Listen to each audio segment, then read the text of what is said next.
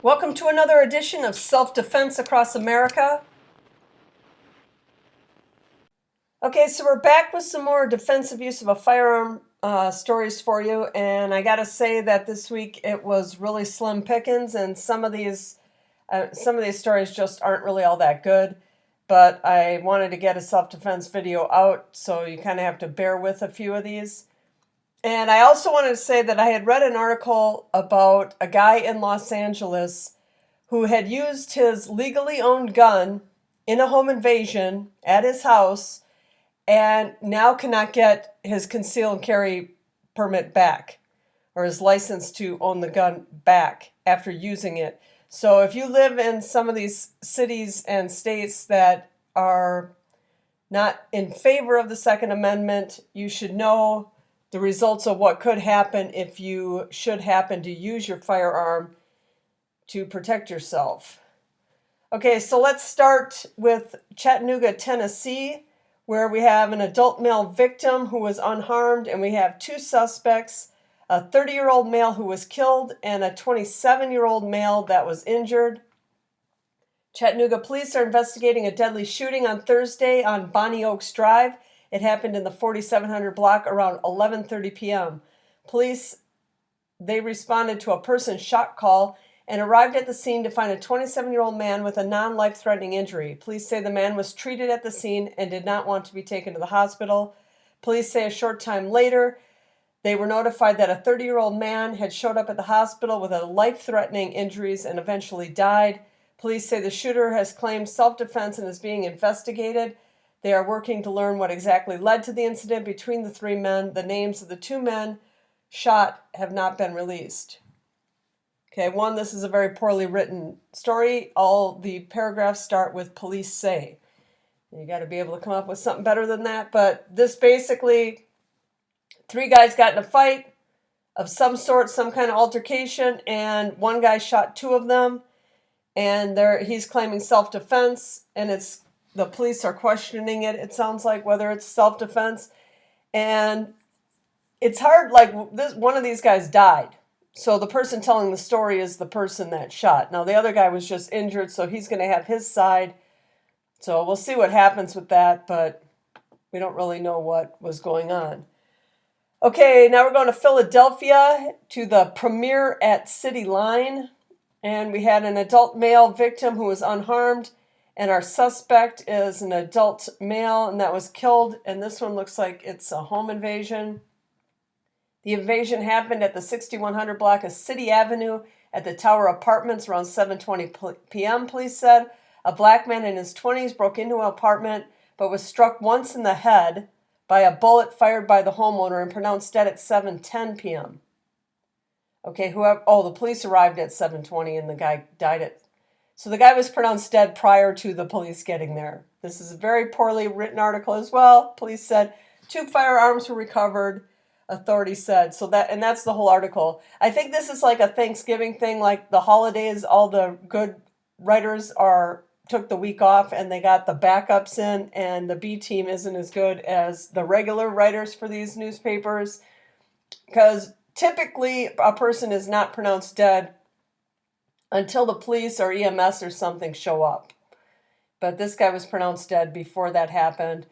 And all we know is this black guy in his 20s broke into the place and, they didn't give his name, and ended up dying. All right, let's go to Murfreesboro, Tennessee, to Jason's Deli, the Oaks shopping mall, where we have an adult victim who was unharmed. And our suspect, 44-year-old Stephen James Murray, he was killed. Murfreesboro police identified the man an officer shot during a robbery attempt on Wednesday morning. The Murfreesboro police identified the victim as Stephen James Murphy, 44, of Murfreesboro. An officer shot and killed Murphy, who police said attempted to rob an armored truck at an ATM. On Wednesday morning, police responded to the robbery on Thomas Lane at about 9:15 a.m. The suspect ran into Jason's Deli, located in the shopping plaza, where the officers engaged the man. After repeated commands to surrender were ignored, officers opened fire, striking the man. The suspect was taken to the local hospital, where he later died. and police did not immediately release the suspect's identity. They're investigating this. It's a sad day. Nothing like this has ever happened at the shopping center. Okay, so basically some guy's trying to, I don't know how this is self-defense even, or why it was listed as self-defense, because sounds like a police shooting. The guy was trying to rob an armored truck and the police shot him. It doesn't say anything about anybody that was, so this is what I was said at the beginning. Some of these, it's very slim pickings this week. We're just going to skip on that. Let's go to Port Richey, Port Richey, Florida, to the Trinity Palms at Seven Springs Apartments, where we got our victim was unharmed and our suspect, an adult male, was killed. And this one looks like another home invasion. And what do we got here? A person inside their apartment home shot and killed a man Tuesday morning. Again, another one. They really got the B team right in these things. The shooting happened around 10:15 a.m. at the Trinity Palms at Seven Springs Apartments, just off Seven Springs Boulevard. Deputies say a man who was carrying a weapon tried to break into an apartment before he was shot by someone inside. This is ongoing. Okay, again, another story that's a guy broke in. There's no information here at all in this story. And again, written very poorly by the B team who came in over the holiday to fill in for the A team who's apparently on vacation. Okay, we're going to Shady Cove, Oregon, where our victim was unharmed and our suspect, an adult, doesn't say if it was a male or not, an adult was killed. And this looks like another home invasion. Jackson County Sheriff's Office detectives are investigating a homicide that occurred Monday night in Shady Grove around 2 a.m. Dispatch received a call that a homeowner had shot a suspect during a home invasion burglary in the area of Cleveland Street. Deputies responded, and Mercy Flight's medics attempted life-saving measures. The suspect was pronounced deceased at 2:34 a.m., so basically a half hour after the police were called, or a half hour after it happened. Detectives are investigating claims of self-defense during the home invasion burglary. An occupant of the home held a valid protection order against the suspect. There have been no arrests, and all parties are cooperating with the investigation. Upon completion of the investigation, detectives will forward this case. So they had a protective order against the suspect. So this looks like it was probably some kind of domestic thing, or the people knew the guy that they ended up shooting. And that one's going to be a rough one to claim self-defense on if not for the protection order against the suspect. Because, otherwise without that, it could have been anything and you could have shot him for any reason and claimed self-defense.